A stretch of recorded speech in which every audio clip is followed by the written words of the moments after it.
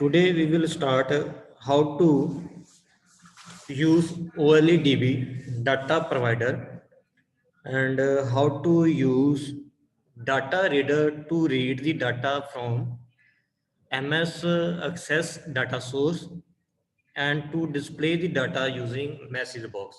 Okay. Firstly, we need to use the namespaces like using system.data.oledb. After using this namespace, you can use the classes of a OleDb like OleDb connection, OleDb command, and OleDb DataReader. So OleDb stand for Object Linking and Embedding Database. This is used to make a connection with different objects like MS Access, MS Excel file, so on, and different classes of a OLDB can be used to make a communication between front-end application and back-end application. So let us start with practical.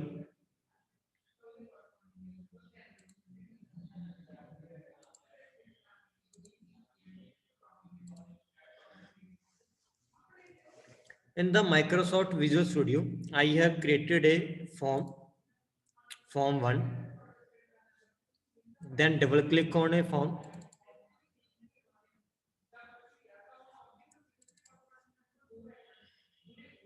and coding window will be opened. In this, we will use the namespace using system.data.oledb, O capital, D is also capital. Now, I have also already explained the whole program, and I have written all the code under the form1 underscore load procedure. I have already explained in the previous lecture, and write the each and every code in this. After writing the code, second step is to make a database connection. For this, open the Server Explorer. Okay, this Server Explorer is used to make a database connection. Then click on this icon to connect with the database. If you are using the MS Access, then click on this icon. Add connection window will be open and select the data source like Microsoft Access database file. If you want to change it, then click on the change button.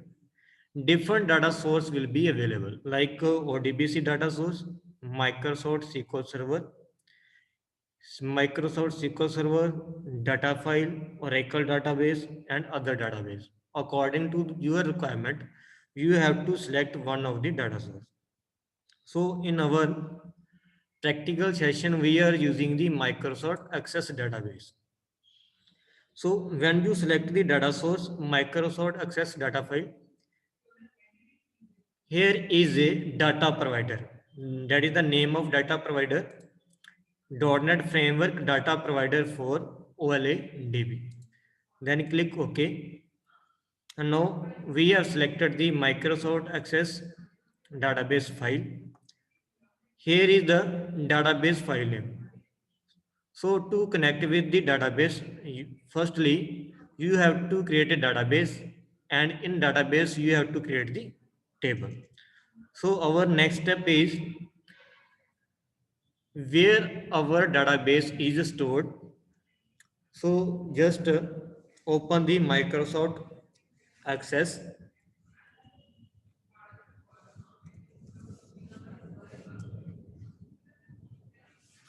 Open this.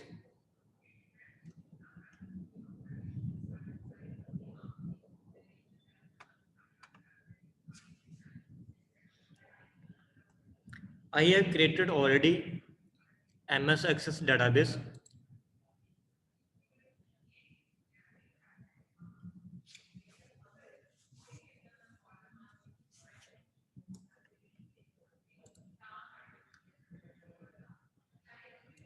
If there is any security alert, then choose the option enable this content, then double click on this one, and this database with table name employee underscore data. You can also rename this table. Right click on this one. You can rename, import, export, and open. Here is the column name, ID, name, mobile, address. These are the 4 columns of a table with 3 records. So this table I have created in a MS Access. Now our data source is MS Access, and the front end application is the C# language with the window form. So whatever I have written in the table, I want to display this data on the C# application. So next step is go to the again connect to database, select the Microsoft Access database file and browse the database file. So I have stored the database file in a D drive. This is the name of the database access file, that is the test. Then open. So here I am providing the path of database file where it is stored, that is test dot with extension ACCDB. This is extension of a Microsoft Access database file. After browsing the file, click on the text connection. If a test connection succeeded display, then it's okay. Otherwise, it will display some error. Then press OK. Now, in this window, you will see the table which you have created in a MS Access database, like this one, with the name, ID, name, mobile number, and address. Whatever you have created in a MS Access, it will be shown here after connection testing. So next step is when you click on this test.ACCDB extension of a database file, on the right hand side you will see the property of this connection. So if you want to check the connection string, you can copy here. Copy the connection string and paste here. This one is the connection string. That is the name of provider and name of the database file and path of this data source. So all other code is written underside the form 1 underscore the load. Then save. Now execute the program.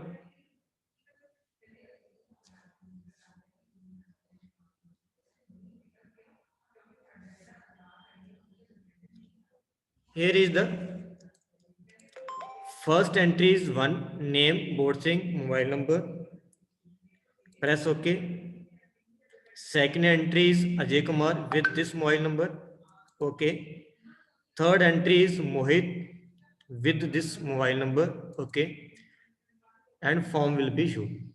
So whatever you have stored in the MS Access file, it will be shown with the help of a OleDb data. For example, if I add some entry like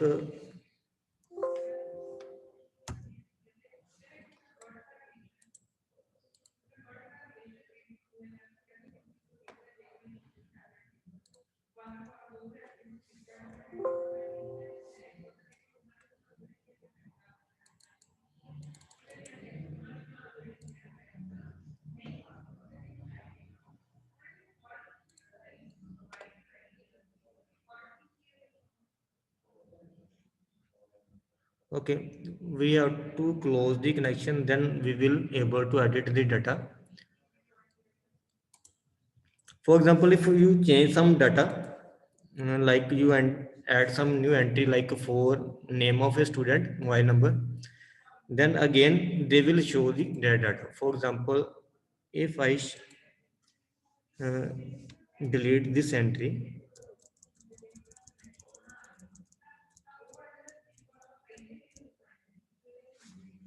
now save, again run, it will show only the two column. First is the ID, second is the name. Again, first is the ID, second name. So in this way, you can create a connection between the database and the front-end application. Once again, I can explain the code. First, you have to need to declare a string. Second, you need to create a OleDb command with object CMD, then create a connection object, then create a reader object. Now, this is a connected architecture of a data access model. Then I have created a string SQL, then pass the all the parameter in this connection string, that is the name of provider, name of data source, and one is the third parameter is the persist security info, that is the false. If you have given the username and password to the database, then you have to write here the username and the password, but I have not given any username or password, so persist security info will be false. Next, write the command which you want to perform, then pass the connection string to the connection object, then use the try catch block. First open the connection, then pass the connection and command to the CMD object. Okay, that is the OleDb command object. Now SQL is the command, that is select star from employee underscore data. Con is the connection, that is the object of a OleDb connection. Third is the reader. Reader is also object. CMD is a command which you are performing. Execute reader is a method which is used to read the data from the table. Now here is I am applying the loop, while loop. One by one, they will fetch the record from the database and display to the screen. What is the difference between the dataset and data reader? Data reader is a method to fetch the record one by one. First record, then second record, then third record. So here we are using the while loop to fetch the record from the table. Reader.read, if it is true, then loop will continuously display the record until all the record are the fetched. Then message box is show reader.getValue, that is first column, reader.getVolume or getValue, then second column. Again, if I'm using reader.getValue 2, then third column, so on. You can select the value from the different column from the table, then close the reader, then dispose the command, then close the connection. So in this way, you can make a connection with the front-end application with back-end application by using OleDb data provider with the help of a different classes.